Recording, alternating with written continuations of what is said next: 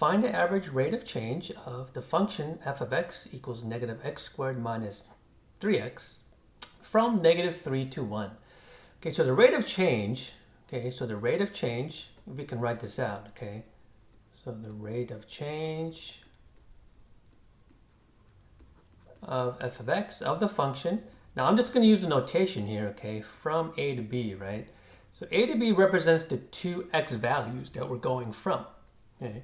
So there's actually a formula for this.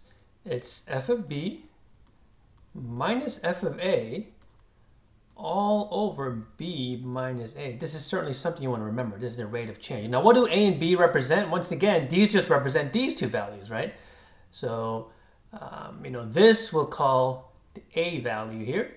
This we'll call b. Okay. Well, then wait a minute. What is f of b?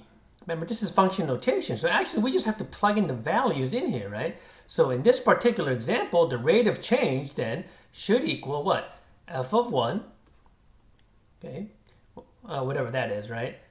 F of 1 minus f of negative 3 all over 1 minus negative 3.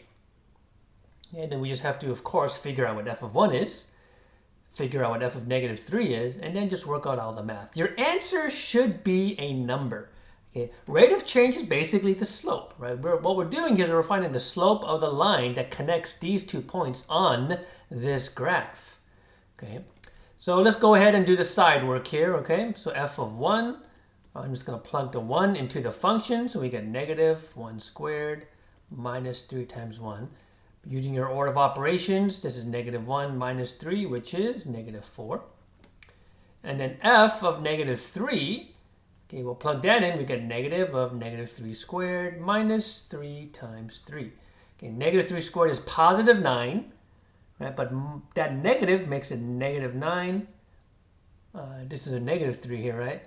So negative 3 times negative 3 is plus 9, which just equals, in this case, we get 0, right? So what do we get? F of 1, which is negative 4, minus f of negative 3, which we calculated here to be 0, over 1 minus negative 3. So negative 4 over 4, which equals negative 1. So what does that mean? It means that this is the slope of the line, right? If we actually drew this graph, figured out where x equals negative 3, where x equals positive 1, and connect those two dots to form a line, right? The slope of that line would equal negative 1.